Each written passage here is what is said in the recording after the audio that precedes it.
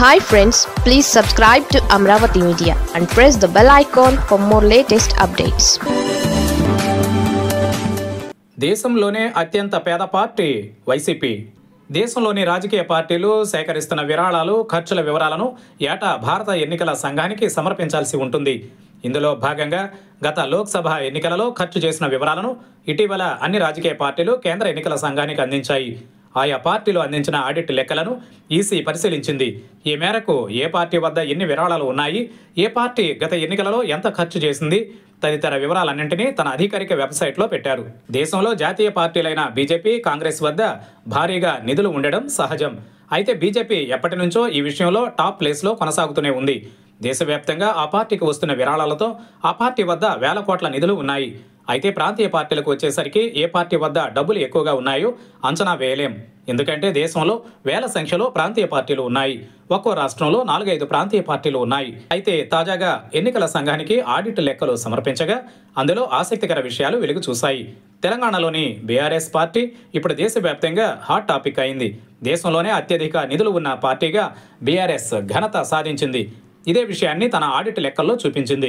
ఈ లెక్కల ప్రకారం ఏ ప్రాంతీయ పార్టీ కూడా బీఆర్ఎస్కు కనీసం దరిదాపుల్లో కూడా లేవు. ఏ పార్టీ వద్ద కూడా 500 కోట్ల బ్యాంక్ బ్యాలెన్స్ కూడా లేదు. ఈసీకి అందించిన నివేదిక ప్రకారం బీఆర్ఎస్ వద్ద ప్రస్తుతం 1449 కోట్ల నిధులు ఉన్నాయి. ఈ నిధులన్నీ ఇప్పుడు ఆ పార్టీ ఖాతాలోనే ఉన్నాయి. దీంతో ఆ పార్టీనే దేశంలోని ప్రాంతీయ పార్టీల్లో రిచెస్ట్ పార్టీగా నిలిచింది. ఈ ఏడాది సార్వత్రిక ఎన్నికలు ప్రారంభమయ్యే సమయంలో బీఆర్ఎస్ ఖాతాలో 1519 కోట్లు ఉన్నాయని వెల్లడించింది. ఎన్నికల ప్రకటనలోగా మరో 47.56 కోట్ల విరాళాలు వచ్చాయి.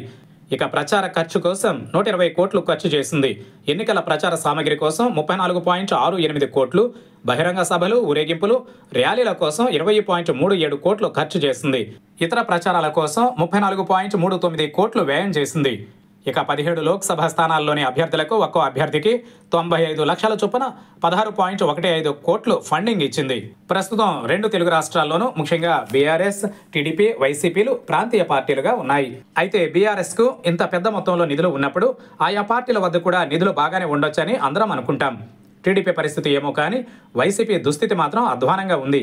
దేశవ్యాప్తంగా బీఆర్ఎస్ టాప్ ప్లేస్లో ఉంటే తర్వాతి స్థానంలో సమాజ్వాదీ పార్టీ 340 కోట్లతో ఉంది. తమిళనాడు అధికార పార్టీ డిఎంకే 338 కోట్లతో ఆ తర్వాతి స్థానంలో ఉంది. ఇక ఏపీలోని తెలుగుదేశం పార్టీ 272 కోట్ల నగదు నిల్వ కలిగి ఉంది.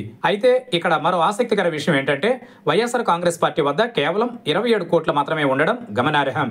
5 ఏళ్ల పాటు అధికారంలో ఉన్న వైసీపీకి ఇంత తక్కువ మొత్తంలో నిధులు ఉండడం ఆశ్చర్యం కలిగించింది. దేశవ్యాప్తంగా ఎన్నో ఆరోపణలు ఎదుర్కొన్న వైసీపీ వద్ద ఈ స్థాయి నిధులు ఉండడాన్ని ఎవరూ ఊహించలేకపోయారు.